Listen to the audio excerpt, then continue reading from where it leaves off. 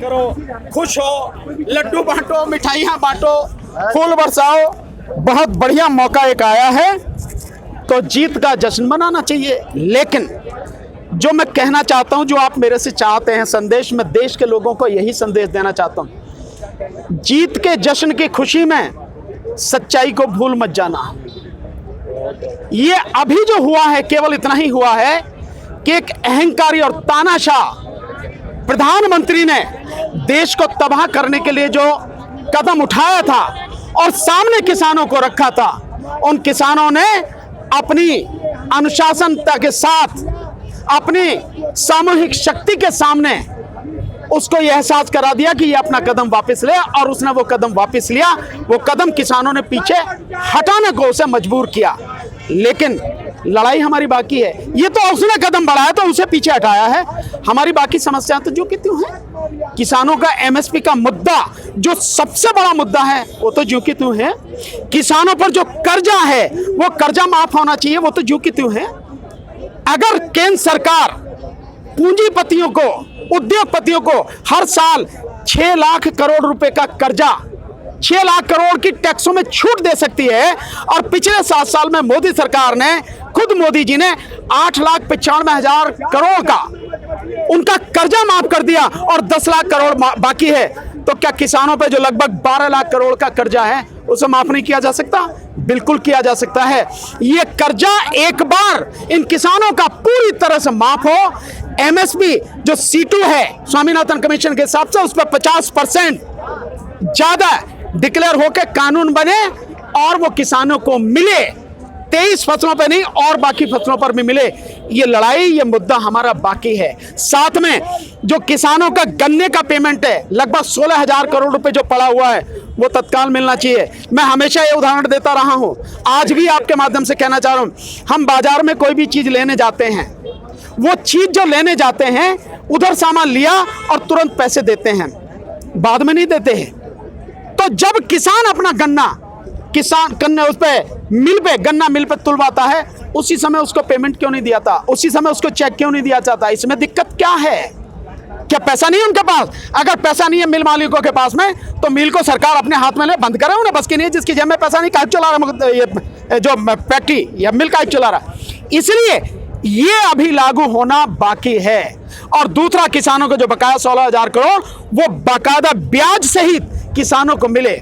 आप देख रहे हैं, अफसोस की बात यह है कि पैसा किसानों का, और उस पर जितना ब्याज एक साल में मिलता है, नई फैक्ट्री खड़ी हो जाती है। मतलब हमारे पैसे से, किसानों के पैसे से जो ब्याज आप खा रहे हैं, उसी से आप जो नई फैक्ट्री खड़ी कर ले रहे हैं। कितना बड़ा अन्याय है, किसी को दिखाई नहीं दे रहा, न सरकार को, न किसी अदालत को, किसी को नहीं। ये अभी मुद्दे हमारे बाकी हैं। साथ में जो किसानों के साथ में जो इस सरकार ने जो खाद का कट्टा है उसमें से 5 किलो कम कर दिया, 50 का कट्टा 45 किलो का कर दिया, और उसकी कीमत बढ़ा दी, उसको भी कम करना जरूरी है। और एक और बड़ी बात, एमएसपी तो हो ही रही है बात, एमआरपी की बात होना बहुत जरूरी है। यानी किसान से 4 रुपए किलो आलू लेके और आम जनता को 40 रुपए किलो में मिले, ये कहां का न्याय है भाई? अगर किसान से आप 4 रुपए ले रहे हो, आम जनता को 40 मिल रहा है, तो किसान को कम से कम 15-20 रुपए तो मिलने चाहिए। या फिर उस जनता को जो किसान से 4 ले रहे हैं, उसे ज्यादा से ज्यादा 8-10 रुपए में मिलना चाहिए। ये जो चीजें हैं ये बहुत जरूरी है होना। और आपके माध्यम से एक संदेश किसानों को देना चाहता हूं। साथियों, इस देश में कोई भी व्यक्ति कोई भी चीज बनाता है, कोई भी व्यापारी, कोई भी उद्योगपति, कोई भी कारखाने वाला कुछ भी बनाता है, उसकी कीमत वो तय करता है।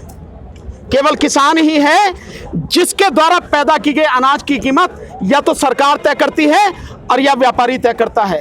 ये आपको सोचना पड़ेगा, हमें बहुत कठिन फैसला लेना पड़ेगा, आज नहीं तो कल लेना पड़ेगा। तभी हम इन सरकारों की ये जितनी भी ये सब सारे हमें दबाने के लिए काम करते हैं उनसे बच पाएंगे। कि अगर अनाज पैदा हम करते हैं तो अनाज की कीमत भी हम ही तय करेंगे, और दुनिया में उसी कीमत पर जिसको लेना है ले। मैं मानता हूं कुछ कठिन समय होगा, लेकिन इसे तय करना पड़ेगा। अनाज मैंने पैदा किया, मुझे मालूम है कितनी लागत लगी है, मुझे मालूम है मैंने कितनी मेहनत की है, और मुझे मालूम है कि मुझे कितना मुनाफा चाहिए।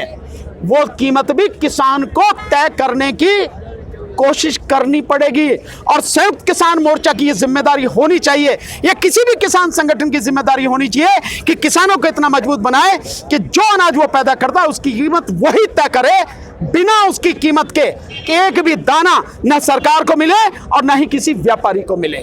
तब आएगा असली राज हमारा, तब मिलेगी कीमत हमें असली, तब हम आत्मनिर्भर होंगे, अन्यथा नहीं। ये मैं संदेश आपके माध्यम से देना चाहता हूं। दूसरा, ये एक सबके लिए प्रेरणा का स्रोत है।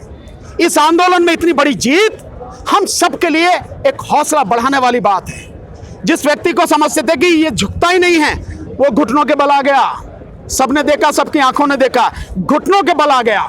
लेकिन अभी भी उसने, हमारे जो किसान साथी शहीद हुए, एक शब्द उनके लिए नहीं कहा, संवेदना व्यक्त नहीं करी और कानूनों को सही बता रहा। तो ये ध्यान रखना, ये किसी भी रूप में आने वाले समय में कानून आ सकते हैं जिससे पता ना लगे किसानों को, इस तरह से भी आ सकते हैं।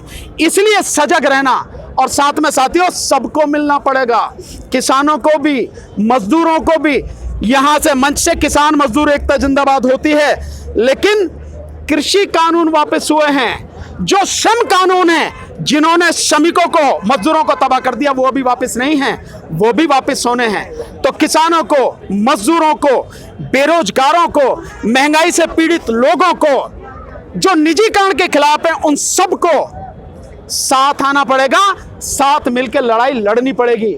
ये मोदी जी का देश नहीं है, मोदी जी की जागीर नहीं है ये देश, जिसे बिना तराजू के तोल रहे हैं, किसी को भी बेच दे रहे हैं, पूरा देश मंडी बना कर रख दिया है।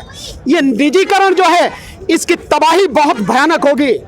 हर चीज अगर बिक जाएगी तो सोचो तुम्हारे बच्चों के लिए कहां से रोजगार होगा, कहां से बेरोजगारी खत्म होगी। इसलिए अपने बच्चों के लिए लड़ना पड़ेगा, संघर्ष करना पड़ेगा, जैसे किसानों ने किया। जीत जैसे इन्होंने दिखाई जीत के, वही आपको भी दिखानी पड़ेगी।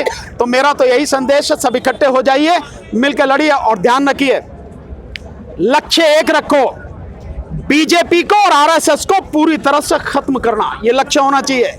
बीजेपी और आरएसएस जब तक रहेंगे, इस देश की समस्याओं का समाधान होने वाला नहीं है, क्योंकि वो एक बहुत ही गंदी मानसिकता के तहत काम करते हैं।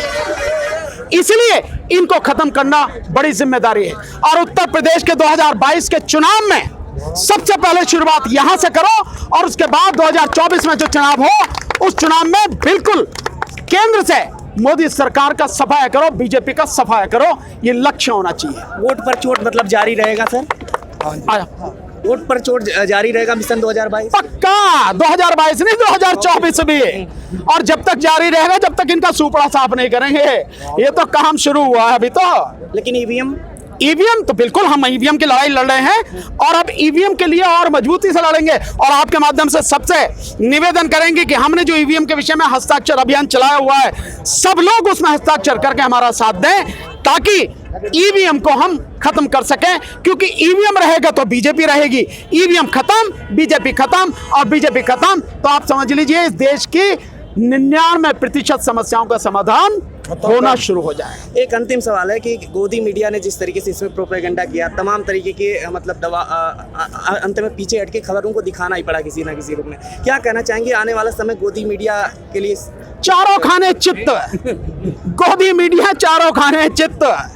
ये जितने भी अपने आप को हीरो समझते थे, बनते थे, सबका सुपड़ा साफ हो गया।